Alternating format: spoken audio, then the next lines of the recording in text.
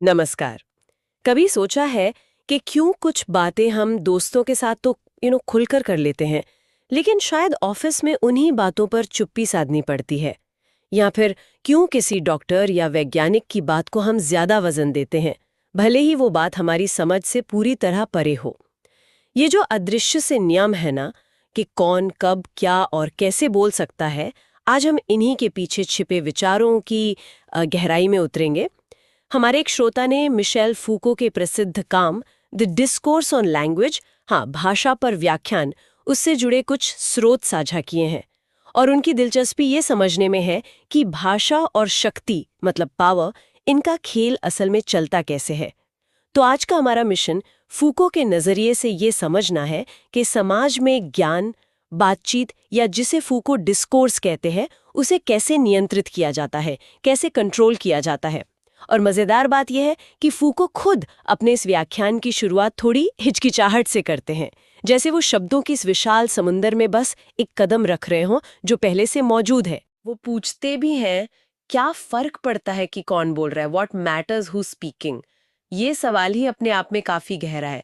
तो चलिए इसे खोलते हैं। तो फूको ये कह रहे हैं कि बोलने की आजादी उतनी भी खुली नहीं है जितनी लगती है। समाज बाहर से हमारी बातचीत को कैसे कंट्रोल करता है, कौन से मुख्य तरीके हैं जिनकी तरफ फूको इशारा करते हैं। हाँ, बिल्कुल। फूको मानते हैं कि डिस्कोर्स मतलब किसी भी विषय पर होने वाली गंभीर चर्चा कभी पूरी तरह आजाद नहीं होती। इस पर नियंत्रण के कई अदृश्य तंत्र काम करते हैं। बाहरी नियंत्रण की बात करें तो वो 3 प्रमुख प्रणालियों की पहचान करते हैं। पहली है निषेध, प्रोहिबिशन। ये शायद सबसे जानी पहचानी है। हम सब जानते हैं कि कुछ विषय वर्जित होते हैं। हर समाज में, हर माहौल में कुछ ऐसी बातें होती हैं जिन पर खुलकर बोलना मना होता है या उसके कड़े नियम होते हैं। फूको राजनीति और सेक्स का उदाहरण देते हैं। हाँ हाँ, ये तो है। कुछ विषयों पर बात करना आज भी टैबू माना जाता है, या फिर उसके लिए सही मौका और जगह देखी जाती है। ठीक कहा। और ये सिर्फ विषय तक सीमित नहीं है। कौन बोल सकता है, ये भी नियंत्रित होता है। कुछ लोगों को बोलने का विशेषाधिकार होता है, उनकी बात ज्यादा सुनी जाती है, जबकि दूसरों को शायद बोलने का हक ही नहीं समझा जाता।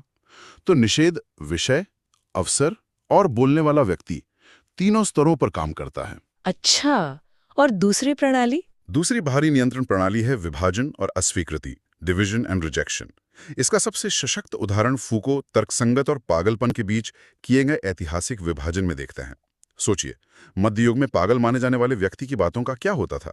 या तो उन्हें सिरे से खारिज कर दिया जाता था, शोर समझकर अनसुना कर दिया जाता था, या फिर उनमें कोई छुपा हुआ रहस्यमयी, शायद कोई देवीय संदेश ढूंढा जाता था। मतलब दोनों ही सूरतों में उसे सामान्य तर्कसंगत बातचीत का हिस्सा नहीं माना जाता था। बिल्कुल। उसे अलग थलग कर दिया जाता था। बिल्कुल।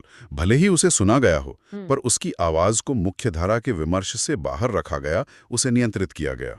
फूको कहते हैं कि ये विभाजन आज भी मौजूद है, भले ही इसके तरीके शायद बदल गए हों। हम लगातार किसी न किसी आधार पर बातों को, विचारों को सही और गलत, स्वीकार्य और अस्वीकार्य में बांटते रहते हैं। सही। और तीसरा नियंत्रण आपने कहा था, वो शायद सबसे महत्वपूर्ण है। हाँ, तीसरा बाहरी नियंत्रण, जो फूको के अनुसार शायद सबसे ज्यादा मौलिक और मजबूत है, वो है सत्य और असत्य के बीच का विरोध, opposition of true and false. यहाँ ये जानना दिलचस्प है, फूको इसे महज एक तार्किक या दार्शनिक भेद नहीं मानते। वो इसे एक ऐतिहासिक रूप से निर्मित शक्तिशाली व्यवस्था के रूप में देखते हैं, जिसे वो सत्य की इच्छा, विल टू ट्रूथ कहते हैं। सत्य की इच्छा, विल टू ट्रूथ। ये सुनने में तो अच्छा लगता है, जैसे सच जानने की हमारी स्वाभाविक इच्छा। लेकिन फूको इसे नियंत्रण का तरीका क्यों मान रहे हैं? क्योंकि ये इच्छा ही तय करती है कि सत्य क्या है और उसे कहने का अधिकार किसके पास है। फूको दिखाते हैं कि ये समझ समय के साथ बदली है। जैसे प्राचीन यूनान में सत्य अक्सर बोलने वाले के पद, उसके स्टेटस और अनुष्ठान, रिचुअल से जुड़ा था। अच्छा। जैसे भविष्यवक्ता या कवि जो न्याय और भाग्य पर बोलते थे, उनका कहा सत्य माना जाता था। लेकिन धीरे धीरे, खासकर पश्चिमी समाजों में, सत्य कथन के अंदर खोजा जाने लगा। अंदर मतलब यह, और बाकियों को खारिज कर दिया जाता है।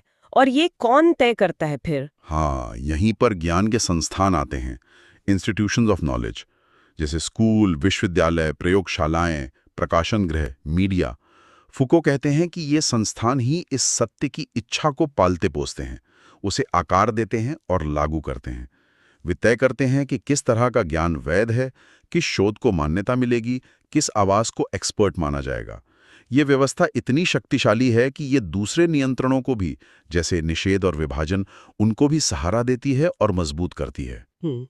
ये बाहरी नियंत्रण तो समझ आते हैं, समाज नियम बनाता है, संस्थान तय करते हैं। लेकिन आपने कहा कि डिस्कोर्स खुद को अंदर से भी नियंत्रित करता है। ये थोड़ा ज्यादा पेचीदा लगता है। हमने स्रोतों में टीका यानी कमेंट्री और लेखक यानी ऑथर जैसे कॉन्सेप्ट्स के बारे में पढ़ा था। ये कैसे काम करते हैं? हाँ, फुको विमर्श के आंतरिक नियंत्रणों मतलब इंटरनल प्रोसीजर्स पर भी जोर देते हैं। ये वो प्रक्रियाएं हैं जो बातचीत या ज्ञान चर्चा के अंदर ही काम करती हैं, उसे व्यवस्थित करती हैं और एक तरह से सीमित भी करती हैं। पहली प्रक्रिया है टीका या भाष्य, कमेंट्री। सोचिए, हमारे समाज में कुछ मूल ग्रंथ या विचार होते हैं, चाहे वो धार्मिक हों, साहित्यिक, कानूनी या वैज्ञानिक। इन पर लगातार टीकाएं, भाष्य, व्याख्याएं लिखी जाती हैं। हाँ, जैसे हम पुराने क्लासिक्स या धार्मिक ग्रंथों की नई नई व्याख्याएं पढ़ते रहते हैं। बिल्कुल। फुको कहते हैं कि ये टीकाएं एक दिलचस्प काम करती हैं। एक तरफ तो ये उन मूल विचारों को जिंदा रखती हैं, उन्हें नए संदर्भों में प्रासंगिक बनाती हैं। लेकिन दूसरी तरफ ये नए विचारों के बेगाम फैलाव को रोकती भी हैं। आप नया कुछ कह तो सकते हैं, लेकिन आपको हमेशा उस मूल पाठ के दायरे में, उसके संदर्भ में ही कहना होगा। अच्छा। टीका एक तरह से नवीनता को नियंत्रित करती है, उसे एक स्थापित परंपरा से जोड़कर रखती है। ये नएपन को जन्म भी देती है, पर उसे पालतू बनाकर। ये तो वाकई सोचने वाली बात है। हम सोचते हैं टीकाएं ज्ञान बढ़ाती हैं, पर फूको दिखा रहे हैं कि वो कैसे ज्ञान को सीमित भी करती हैं। और लेखक का विचार, वो कैसे नियंत्रण का काम करता है? लेखक, द ऑथर, का विचार भी कुछ ऐसा ही है, एक नियंत्रण प्रणाली की तरह। जब हम किसी टेक्स्ट को पढ़ते हैं और पूछते हैं इसे किसने लिखा है या क्या ये वाकई शेक्सपियर का है, तो हम लेखक के नाम को एक सूत्र की तरह इस्तेमाल कर रहे होते हैं। ये नाम अलग अलग लेखनों को एक साथ लाता है, उन्हें एक पहचान, एक कोहेरेंस देता है। ये विचारों को एक व्यक्ति से जोड़कर उन्हें प्रामाणिकता, ऑथेंटिसिटी देता है, लेकिन साथ ही ये उनके अर्थ को सीमित भी करता है। हम अक्सर ये मान लेते हैं कि टेक्स्ट का असली मतलब वही है जो लेखक का इरादा था। यानी लेखक का नाम विचारों को व्यवस्थित तो करता है, पर एक तरह से बांध भी देता है। हाँ, और फूको ये भी दिखाते हैं कि लेखक का महत्व हमेशा एक जैसा नहीं रहा है, ये फंक्शन भी बदलता रहा है। मध्य युग में वैज्ञानिक ग्रंथों जैसे चिकित्सा या खगोल विज्ञान, इनकी प्रामाणिकता लेखक के नाम से जुड़ी थी, जबकि साहित्यिक कथाएं, कहानियां अक्सर गुमनाम होती थी। अच्छा। हाँ, और बाद में 17वीं 18वीं सदी के आसपास ये स्थिति उलट गई। अब साहित्यिक रचनाओं में लेखक की पहचान, उसकी शैली बहुत महत्वपूर्ण हो गई, जबकि वैज्ञानिक खोजों में लेखक का नाम उतना केंद्रीय नहीं रहा जितना कि खुद खोज का महत्व। हाँ। तो लेखक का फंक्शन भी ऐतिहासिक रूप से बदलता रहा है, और ये ज्ञान को संगठित और नियंत्रित करने का एक तरीका है। दिलचस्प है। और तीसरा आंतरिक नियंत्रण है, अनुशासन, डिसिप्लिन्स। ये अकादमिक विषयों जैसे इतिहास, बायोलॉजी या इकोनॉमिक्स से जुड़ा है ना? इससे अनुशासन, डिसिप्लिन्स ज्ञान के उत्पादन को बहुत गहरे स्तर पर नियंत्रित करते हैं। इसका बड़ा चित्र देखें तो एक अनुशासन सिर्फ तथ्यों या विचारों का संग्रह नहीं है, ये नियमों, परिभाषाओं, सिद्धांतों और पद्धतियों का एक पूरा तंत्र है। ये तय करता है कि उस खास क्षेत्र में कौन से सवाल पूछना जायज है, कौन सी रिसर्च मेथड सही मानी जाएगी, कौन से कथन सत्य के दायरे में आते हैं और कौन से असत्य या उस विषय के लिए अप्रासंगिक हैं। मतलब अनुशासन अपने बॉर्डर, अपने दायरे खुद तय करते हैं। बिल्कुल बिल्कुल। और जो इन बॉर्डर्स को, इन नियमों को नहीं मानता, उसके विचारों को, चाहे वो कितने ही मौलिक या सच क्यों न हो, अनुशासन स्वीकार नहीं करता। उसे गलत या अवैज्ञानिक करार दे दिया जाता है। फूको ग्रेगर मेंडल का क्लासिक उदाहरण देते हैं। मेंडल ने आनुवंशिकी, जेनेटिक्स पर जो क्रांतिकारी काम किया, उसे उस समय के जीव विज्ञान, बायोलॉजी ने तुरंत स्वीकार नहीं किया। क्यों? क्या वजह थी? क्योंकि मेंडल जिन वस्तुओं, ऑब्जेक्ट्स की बात कर रहे थे, जैसे आनुवंशिक इकाइयां, और जिस तरह की पद्धति, मेथड अपना रहे थे, वो उस समय के जीव विज्ञान के स्थापित नियमों और सिद्धांतों के दायरे में फिट नहीं बैठती थी। अरे वाह! तो अनुशासन ज्ञान को बनाते भी हैं और साथ ही उसे सीमित भी करते हैं। ये तो एक तरह का पैराडॉक्स है। हाँ, फूको यही दिखाते हैं। अनुशासन ज्ञान को संभव बनाते हैं, एक फ्रेमवर्क देते हैं, लेकिन उसी फ्रेमवर्क के जरिए वो बहुत कुछ संभव होने से रोक भी देते हैं। वो सत्य का निर्माण करते हैं, पर साथ ही असत्य की परिभाषा भी गढ़ते हैं। और यही फूको का वो वंशावली यानी जीनियोलॉजिकल वाला नजरिया काम आता है। वो ये देखते हैं कि ये अनुशासन कैसे ऐतिहासिक रूप से बने, कैसे इन्होंने सच की अपनी परिभाषा गढ़ी और कैसे ये पावर रिलेशंस, शक्ति संबंधों से जुड़े हैं। तो बाहरी दीवारें हैं, अंदरूनी नियम हैं। इसका मतलब तो यही हुआ कि इस ज्ञान या डिस्कोर्स के किले में हर किसी की एंट्री नहीं है। मतलब कौन बोल सकता है, इस पर भी शर्तें लागू होती हैं। तो इसका असल मतलब क्या हुआ? आपने बिल्कुल सही पकड़ा। फूको इसी को विमर्श की विरलता कहते हैं। यानी डिस्कोर्स तक पहुंच सबके लिए आसान नहीं है, ये दुर्लभ है और कुछ शर्तों से बंधी है। ये नियंत्रण का तीसरा बड़ा समूह है जो विमर्श तक पहुंच को सीमित करता है। इसमें पहली चीज है योग्यताएं। कौन बोलने के योग्य है, ये समाज तय करता है। हर कोई जज बनकर फैसला नहीं सुना सकता या डॉक्टर बनकर सलाह नहीं दे सकता, है ना? हाँ, जाहिर है, इसके लिए डिग्री चाहिए, ट्रेनिंग चाहिए, एक खास पद चाहिए होता है। बिल्कुल। और सिर्फ योग्यताएं नहीं, बोलने के कुछ खास अनुष्ठान भी होते हैं। खास तरह के हाव भाव, शब्दावली, माहौल। एक वैज्ञानिक कॉन्फ्रेंस में बोलने का तरीका और एक राजनीतिक रैली में बोलने का तरीका अलग होता है। ये योग्यताएं और अनुष्ठान तय करते हैं कि किसकी बात को गंभीरता से लिया जाएगा और कौन प्रभावी ढंग से अपनी बात रख पाएगा। सही। फिर आती हैं डिस्कोर्स की संगतियां या फेलोशिप्स ऑफ डिस्कोर्स। ये ऐसे समूह होते हैं जो किसी खास तरह के ज्ञान या बातचीत को अपने दायरे में संरक्षित रखते हैं और उसे सीमित रूप से ही बाहर जाने देते हैं। फूको पुराने जमाने के कवियों, रैप्सोडिस्ट्स का उदाहरण देते हैं, जिनके पास महाकाव्यों को सुनाने का एकाधिकार होता था। आज के जमाने में एकेडमिक सोसाइटी, प्रोफेशनल एसोसिएशन या विशेषज्ञों के क्लब इसी तरह काम करते हैं। वो तय करते हैं कि उनके समूह का सदस्य कौन बन सकता है और इस तरह वो ज्ञान के प्रवाह को नियंत्रित करते हैं। अच्छा, जैसे कुछ खास क्लब या ग्रुप्स जहां अंदर की बातें बाहर नहीं जाती या मुश्किल से जाती हैं। कुछ वैसा ही समझ लीजिए। तीसरा है सिद्धांत, डॉक्ट्रिन। जब लोग किसी खास धार्मिक, राजनीतिक या दार्शनिक सिद्धांत को मानते हैं, जैसे मार्क्सवाद या कोई धार्मिक पंथ, तो वो एक समूह बनाते हैं। ये सिद्धांत उन्हें आपस में जोड़ता है, एक पहचान देता है, लेकिन साथ ही ये उन लोगों को बाहर भी कर देता है जो उस सिद्धांत से सहमत नहीं है। हाँ, ये तो है। सिद्धांत एक ही समय में लोगों को विमर्श से जोड़ता भी है और उसे सीमित भी करता है।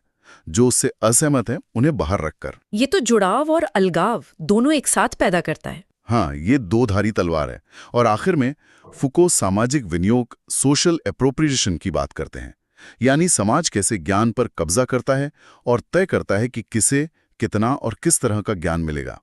इसका सबसे बड़ा और स्पष्ट उदाहरण हमारी शिक्षा प्रणाली है, एजुकेशन सिस्टम। ओह, शिक्षा प्रणाली। हाँ, शिक्षा ही वो मुख्य जरिया है जिससे समाज ज्ञान के वितरण को नियंत्रित करता है। ये तय करता है कि कौन से विषय पढ़ाए जाएंगे, कौन सी किताबें इस्तेमाल होंगी, किस स्तर तक कौन पढ़ पाएगा। ये ज्ञान तक एक्सेस को नियंत्रित करने का एक बहुत शक्तिशाली सामाजिक उपकरण है। ये सब सुनने के बाद फूको का नजरिया वाकई बहुत अलग लगता है। मतलब पारंपरिक इतिहासकार शायद पूछते कि क्या कहा गया या किसने कहा, लेकिन फूको पूछ रहे हैं कि ये कहा जाना संभव कैसे हुआ और शायद इसके बजाय और क्या कहा जा सकता था जो नहीं कहा गया। एकदम सही। फूको पारंपरिक इतिहास लेखन की आलोचना करते हैं, जो अक्सर महान व्यक्तियों, मौलिक विचारों या एक सीधी निरंतर विकास की कहानी पर फोकस करता है। फूको कहते हैं कि हमें विमर्श के पीछे छुपे असली अर्थ या बोलने वाले की नीयत खोजने के बजाय उन नियमों, प्रक्रियाओं, शक्ति संबंधों का विश्लेषण करना चाहिए। हाँ, जो तय करते हैं कि क्या कहा जा सकता है, कब, कैसे और किसके द्वारा। वो विमर्श को उसकी सतह पर, उसकी कार्यप्रणाली में, उसके नियंत्रण तंत्रों में समझने पर जोर देते हैं। और वो इतिहास को सीधी रेखा में नहीं देखते, बल्कि उसमें आने वाले बदलावों, टूट-फूट पर ज्यादा ध्यान देते हैं, डिसकंटिन्यूइटीज पर। हाँ, वो असंगतियों, डिसकंटिन्यूइटीज, बदलावों और दरारों पर जोर देते हैं। वो ये देखना चाहते हैं कि कैसे समय के साथ विमर्श के नियम बदलते हैं, कैसे नए विषय और बोलने के नए तरीके उभरते हैं और पुराने गायब हो जाते हैं। इसके विश्लेषण के लिए वो दो मुख्य तरीके सुझाते हैं। एक, आलोचनात्मक क्रिटिकल तरीका, जो बाहरी बहिष्करण प्रणालियों को देखता है, जैसे पागलपन का बहिष्कार, सत्य का विभाजन, निषेध और उनके पीछे काम कर रही शक्ति और इच्छा को। ठीक है, क्रिटिकल। और दूसरा तरीका है वंशावली, जीनियोलॉजिकल, जो विमर्श के अंदरूनी नियंत्रणों के ऐतिहासिक विकास को देखता है, जैसे टीका, लेखक, अनुशासन, ये सब कैसे बने। ये पता लगाता है कि विमर्श वास्तव में बनते कैसे हैं, टिके कैसे रहते हैं और बदलते कैसे हैं, और ये कैसे शक्ति संबंधों से जुड़े हैं। फूको मानते हैं कि इन दोनों तरीकों से हम ज्ञान, शक्ति और भाषा के इस जटिल जाल को बेहतर ढंग से समझ सकते हैं। तो हमने क्या सीखा आज की इस गहरी पड़ताल से? एक बात तो साफ है, मिशेल फूको के लिए भाषा या डिस्कोर्स महज विचारों के आदान प्रदान का एक मासूम माध्यम नहीं है। ये शक्ति का अखाड़ा है, पावर का एक मैदान है जहां लगातार नियंत्रण के दांव पेच चलते रहते हैं। कौन बोलेगा, क्या बोला जाएगा, किसे सच माना जाएगा, ये सब अक्सर पर्दे के पीछे काम कर रहे नियमों और ताकतों से तय होता है। बिल्कुल। फूको हमें चुनौती देते हैं कि हम जिसे बड़ी आसानी से ज्ञान, सत्य या सामान्य ज्ञान मान लेते हैं, उस पर सवाल उठाएं। ये पूछें कि ये ज्ञान बना कैसे, इसे किसने वैध ठहराया, और इस प्रक्रिया में किन आवाजों को दबा दिया गया। और शायद श्रोता इस पर सोच सकते हैं, आज के इस डिजिटल युग को ही लें। चारों तरफ जानकारी का सैलाब है, फेक न्यूज़ है, सोशल मीडिया के अपने इको चैम्बर हैं, एल्गोरिदम तय कर रहे हैं कि हम क्या देखेंगे। हाँ, बिल्कुल। यहाँ फूको का बताए नियंत्रण के तरीके, जैसे विशेषज्ञता का दावा कौन कर रहा है, कौन से विषयों को मंच मिल रहा है और किन्हें नहीं, कौन से ऑनलाइन समुदाय अपने नियम बना रहे हैं, ये सब कैसे नए रूप ले रहे हैं। ये एक ऐसा सवाल है जो फूको के विचारों को आज भी बेहद प्रासंगिक बनाता है और हमें अपने आसपास की दुनिया को और आलोचनात्मक नजर से देखने के लिए प्रेरित करता है।